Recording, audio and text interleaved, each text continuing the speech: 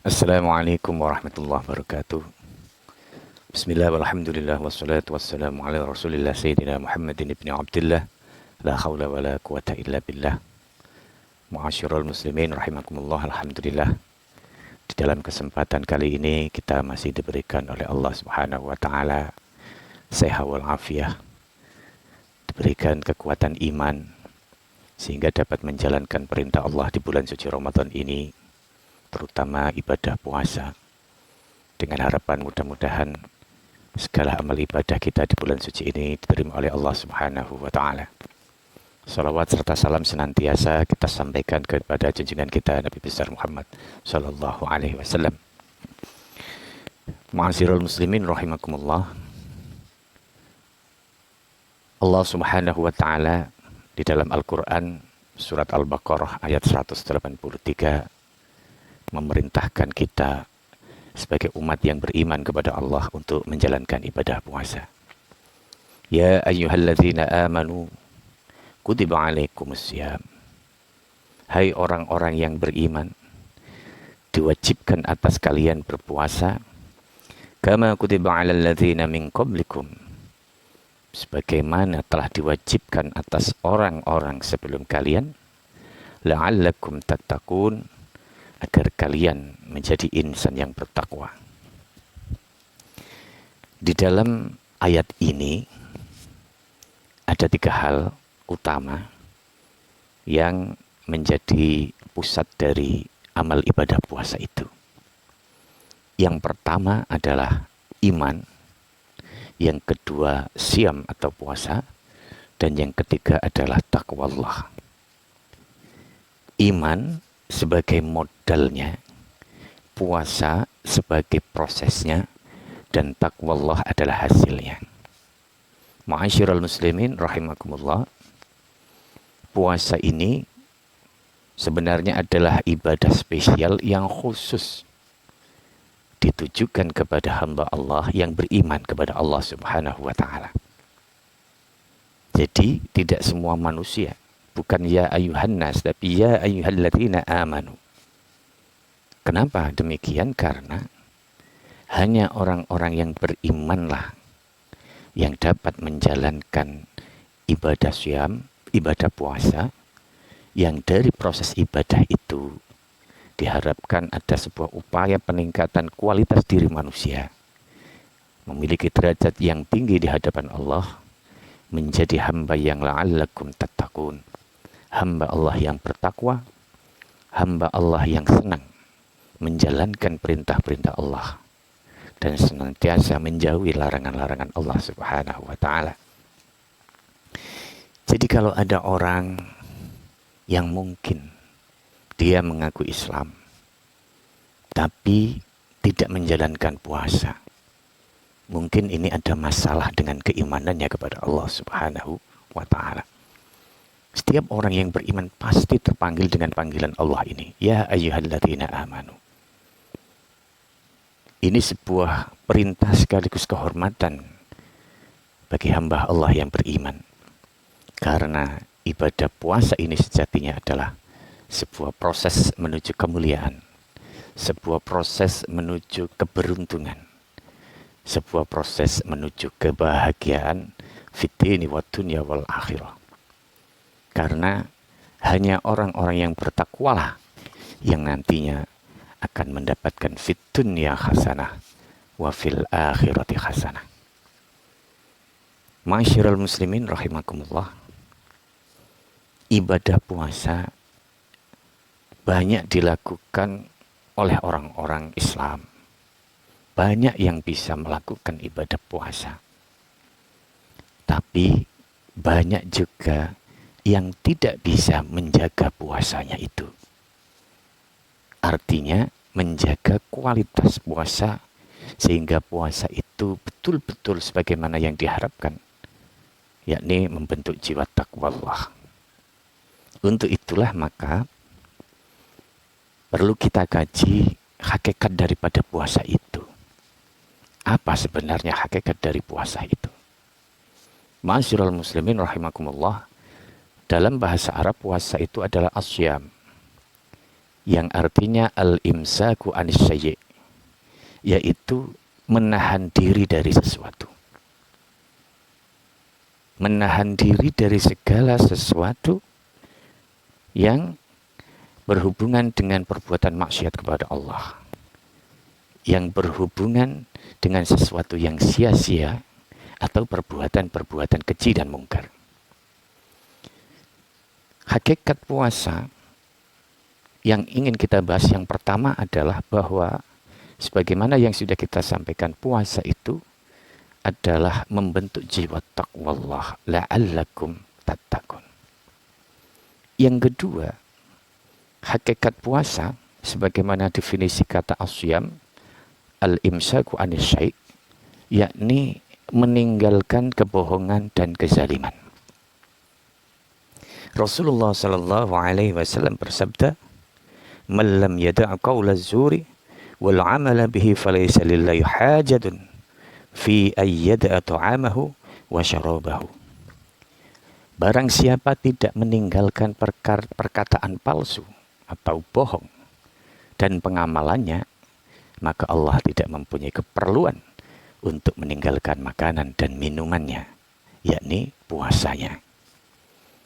Dalam hadis ini jelas bahwa puasa secara makna hakikat tidak hanya meninggalkan makan, minum, mulai dari terbit fajar sampai tenggelamnya matahari pada maghrib.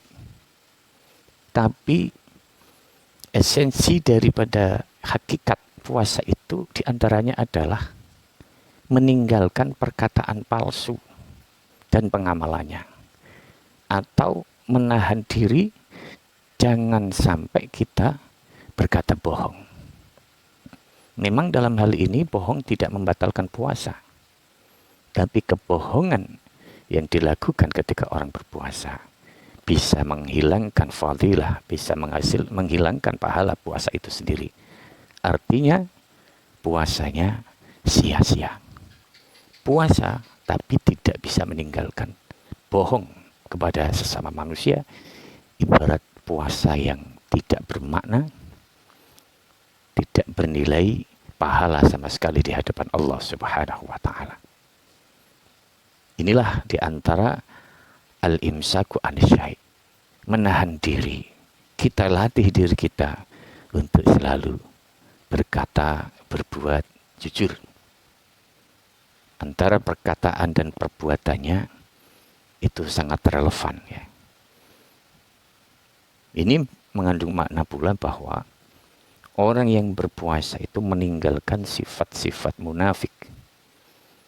Di antara sifat munafik itu adalah perkataan dan perbuatannya tidak relevan. Apa yang dikatakan tidak sesuai dengan apa yang dikerjakan. Puasa melatih kita untuk menjunjung tinggi nilai kejujuran. Karena kejujuran ini merupakan modal dasar manusia untuk menggapai kesuksesan, baik itu di dunia maupun di akhirat. Orang yang pembohong, orang yang tidak jujur, berprofesi apapun, baik itu menjadi pedagang atau yang lain, tidak akan mencapai kesuksesan. Karena pada akhirnya orang-orang tidak menaruh kepercayaan kepada dia. Inilah pentingnya menahan diri di bulan puasa. Jangan sampai kita melakukan kebohongan atau kepalsuan. Hakikat puasa yang selanjutnya adalah meninggalkan kemaksiatan dan membentuk kesabaran. Dalam sebuah hadis, Rasulullah SAW bersabda, "Laisa siyamu minal akli wasyurbi." Puasa itu bukan hanya meninggalkan makan dan minum.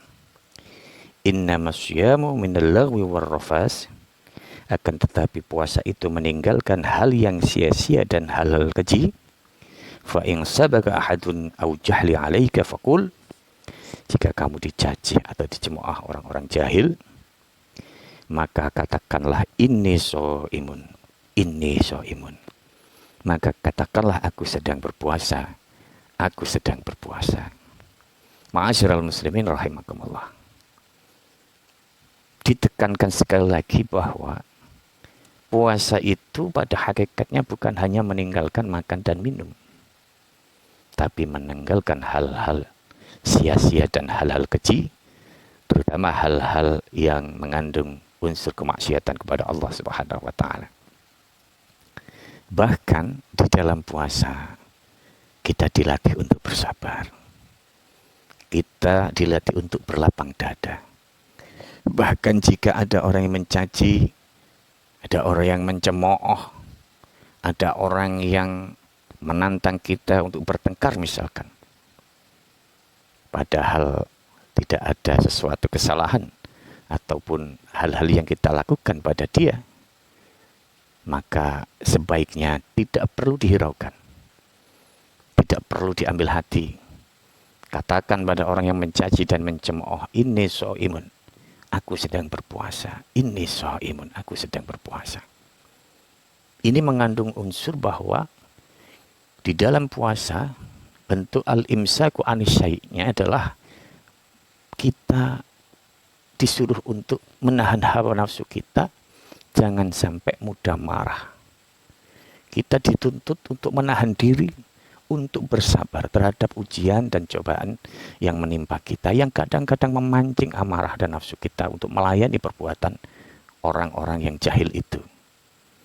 Nah, apabila ada sebuah permasalahan, di mana permasalahan itu menjurus kepada sebuah pertentangan, percekcokan, perdebatan, maka sebaiknya kita diam, sebaiknya kita mengalah. Karena pada hakikatnya kita diam dan mengalah itu adalah tujuannya untuk menghindari pertengkaran, untuk menghindari percekcokan. Sebaiknya kita mudah untuk meminta maaf, mudah untuk mengalah.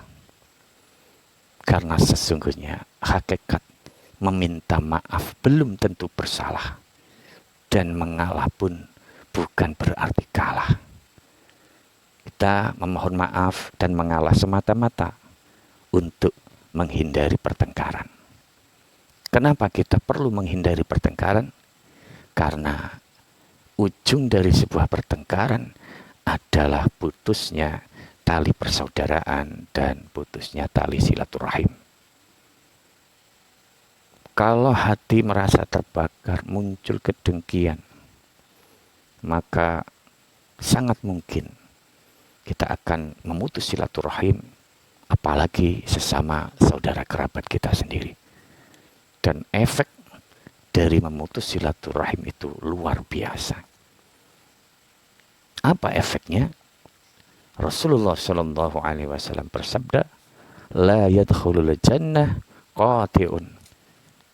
Tidak akan masuk surga orang yang memutus, yakni qati'un rahim, yaitu memutus tali silaturahim. Inilah bahayanya dari sebuah percekcokan, dari sebuah pertengkaran yang bisa memutus tali silaturahim. Dan memutus tali silaturahim itu sangat berbahaya sekali, karena orang yang demikian walaupun sebanyak apapun ibadahnya tidak akan bisa masuk surga. La yadkhulul jannah qati'un, orang yang memutus silaturahim. Sekali lagi, puasa adalah meninggalkan kemaksiatan dan membentuk kesabaran. Kita dituntut untuk bisa menahan diri, menahan hawa nafsu kita dari percekcokan, perdebatan, pertengkaran.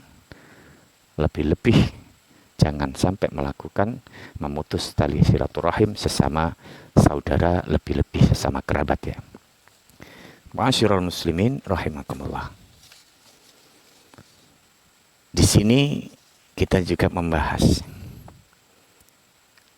di dalam kitab Bulughul Maram karangan Syekh Ibnu Hajar Al-Asqalani, bab silaturahim. Ada 3 derajat dalam hal menyambung silaturahim. Tingkatan yang pertama adalah tingkatan yang paling afdal, adalah tingkatan yang paling mulia, yaitu menyambung tali silaturahim terhadap kerabat yang memutuskan silaturahim. Diputus silaturahmi, tapi tetap berusaha menyambung dengan baik seseorang atau kerabat yang memutuskan tali silaturahim itu. Dalam hadis Rasulullah Shallallahu Alaihi Wasallam bersabda, "Laisal wasilu bil mukafi'i, walakinil wasilu alladhi idza qata'at rahimuhu wa sholaha." Bukanlah seorang penyambung silaturahim sejati adalah yang menyambung silaturahim kalau dibaiki. Akan tetapi penyambung silaturahim yang sesungguhnya yaitu jika dia diputuskan silaturahim, dia tetap menyambungnya. Ini tingkatan yang utama.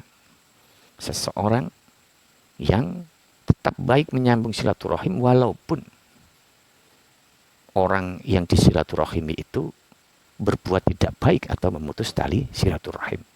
Inilah tingkatan derajat yang paling tinggi.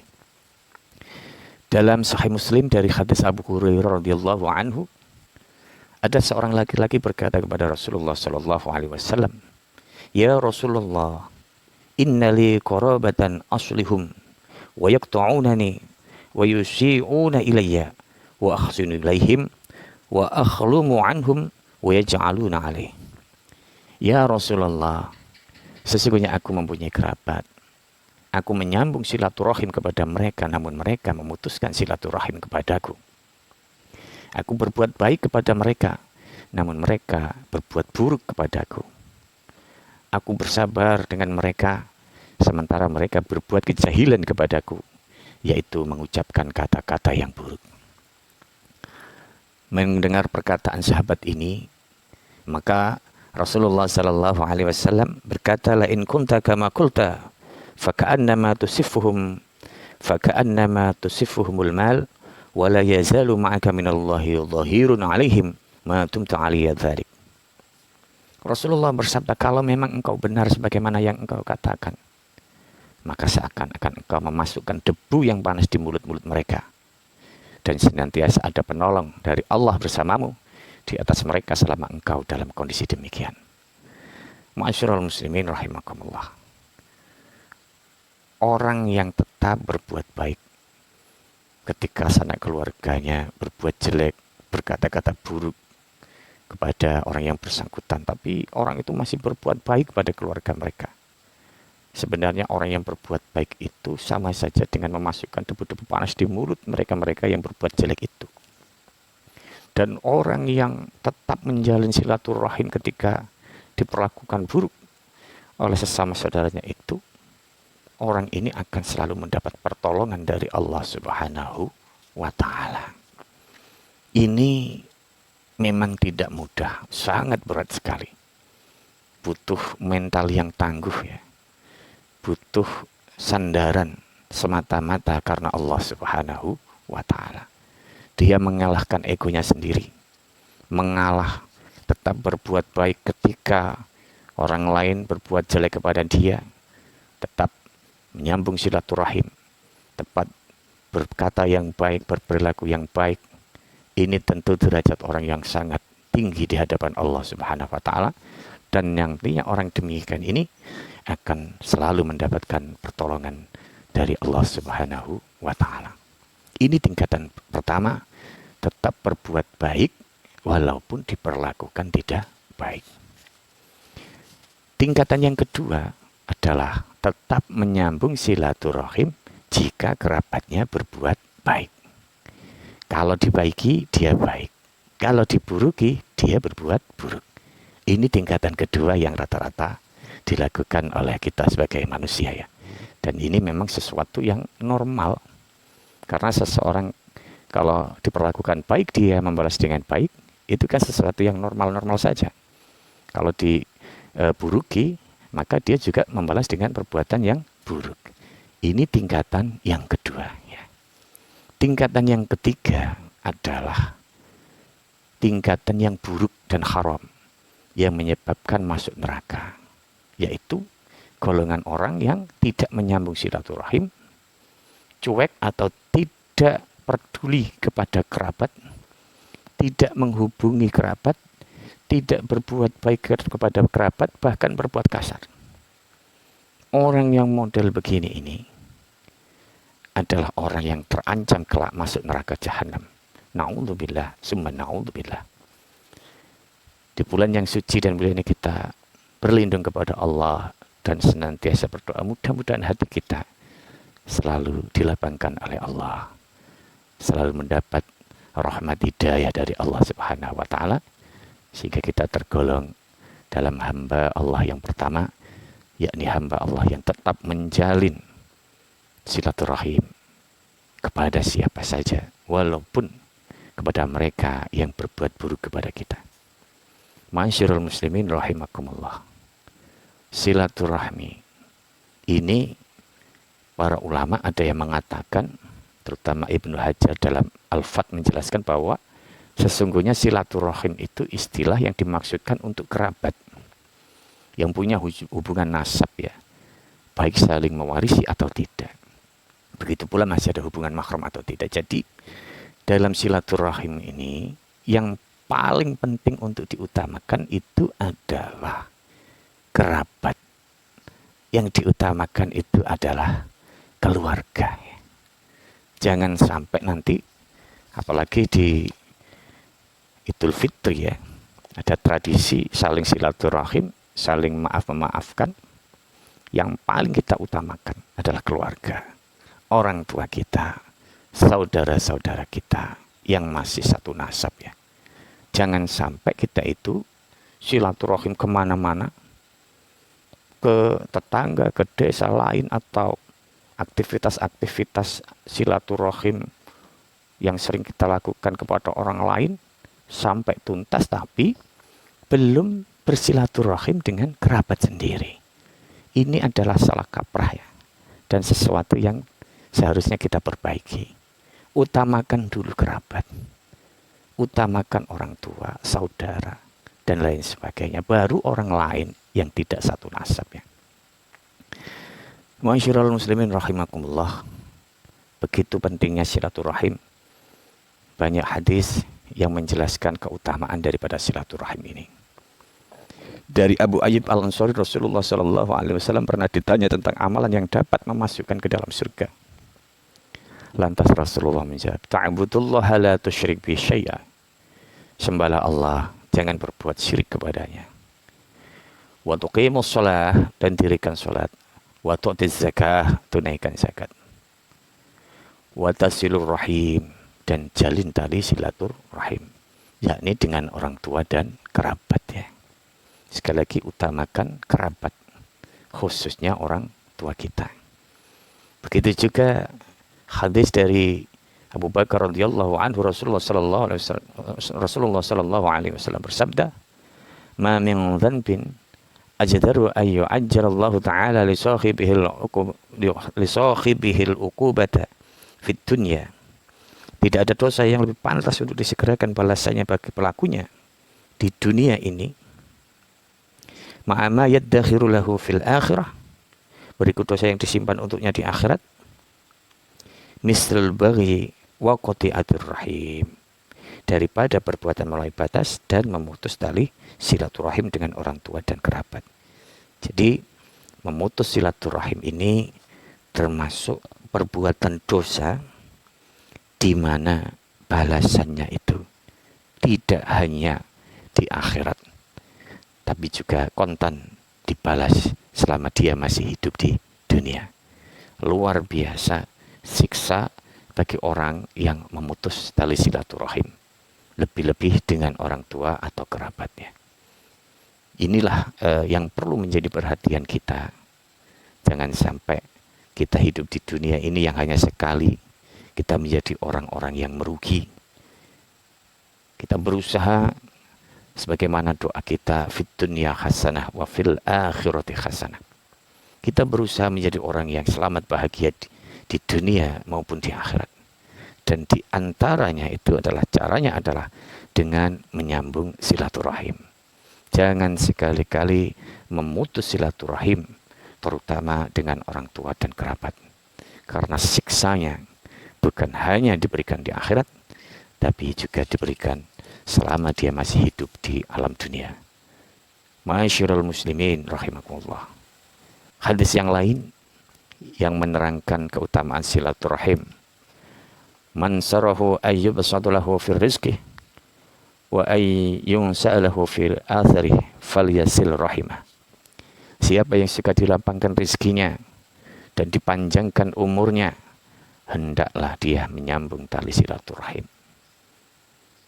Hadis lain menyebutkan, siapa yang bertakwa kepada Allah, siapa yang bertakwa kepada Rabb-Nya dan menyambung silaturahim, niscaya umurnya akan diperpanjang dan hartanya akan diperbanyak serta keluarganya akan mencintainya. Ini di antara fadilah keutamaan dari silaturahim. Allah akan melapangkan rezekinya dan dipanjangkan umurnya. Begitu juga akan dicintai oleh keluarganya, dicintai oleh sesamanya, karena keutamaan dia menyambung silaturahim. Dengan silaturahim, kekeluargaan, kekerabatan tetap terjalin dengan baik.